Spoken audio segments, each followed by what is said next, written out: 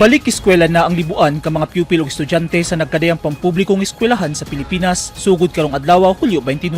Sa Davao City, sayo nga midagsang sa mga eskwelahan ang mga pupil o estudyante sa unang adlaw sa ilang balik eskwela. Sa Mabini Elementary School, diretso klase sa ilang mga pupil ang mga teacher. Matod ni Alan Rivera, ang school principal, nga kaganyang buntag, nagpahigayon sila og programa sa pag-welcome sa ilang mga pupil. Kapin usa ka libo ang enrolled sa Mabini Elementary School gikan kinder hangtod grade 6. Ang hagit labi na sa kindergarten, hilak magyud na mo nato manginika na kung nakita niyo sa nasa gym nagalingkod karon, ginatagaan pa nato sila higayon nga maka-stay diri kay ng mga bata grade kinder grade 1 hilak yun na sila so pa-stay pa namo atong mga ginikanan diri at sa grade 1 ug kinder lang po na siya.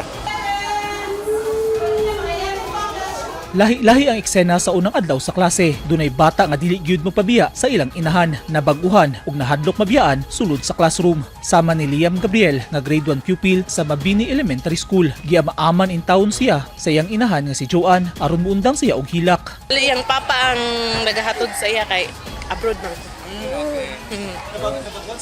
Siguro.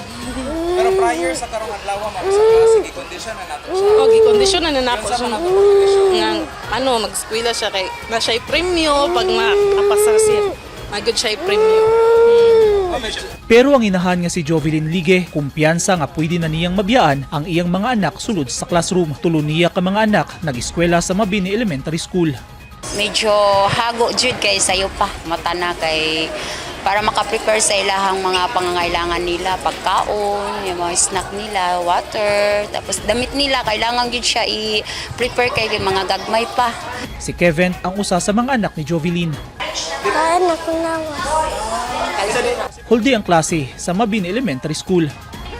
Pero sa San Roque Central Elementary School sa Obrero, Davao City, nagpatuman og shifting ang eskwelahan tungod sa kakulangon sa ilang classroom. Kulang sab hasta ang ilang teacher. Sumala sa principal nga si Michael Escartin, kapin usa ka libo ka mga pupil ang enrolled sa ilang eskwelahan ug Gilauman nga mosaka pa ang ihap niini sa mosunod nga adlaw. Target nila ang kapin 2,000 gihapon ka mga pupil 2024-2025 gikan kinder hangtod grade 6. Nami morning session, na po may afternoon session. Tungod kay kulang yun ang classroom diri sa San Roque Central.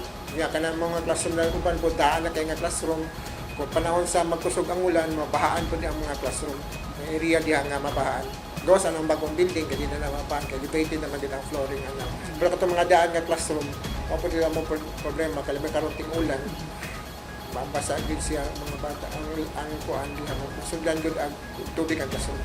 Duna say special needs education kunsned alang sa mga batang dunay special nga panginahanglanon sa San Roque Central Elementary School. Sumala sa mga assigned SNED teacher dakong responsibilidad ug hagit alang kanila ang mutudlo ug mugiya sa mga learners nga dunay special nga panginahanglanon. Challenging siya na mo-handle og mga bata na with special needs kay lain-lain man gud ang ilahang kanang behavior, lain-lain po ang kanang cases nila. As for our learners, manggod, mostly sa among mga learners kay with autism, and then naiuban nga non-verbal, napoy uban nga maka-communicate, and then napoy uban sa behavior gid ang kanang murag ang ilahang ano.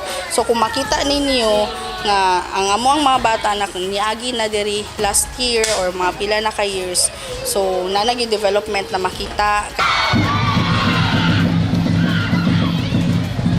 Sa Davao City National High School, usa ka mabulokong performance ang giandam sa Supreme Secondary Learner Government kon SSLG sa pag-welcome sa mga estudyante sa unang adlaw sa ilang balik eskwela kaganyang buntag. Kapin 14,000 ang enrolled nga mga estudyante sa City High. Pero Gilauman nga madugangan pa ang ihap sanglit modawat gihapon ang eskwelahan og late enrollees. And then nakastart na yun nakastart yun first may classes sa atong mga bata na sila sa classroom tanan. It's because last week pa na-prepare na nato atong class program. The challenges are to sustain. How to sustain our enthusiasm of receiving our learners.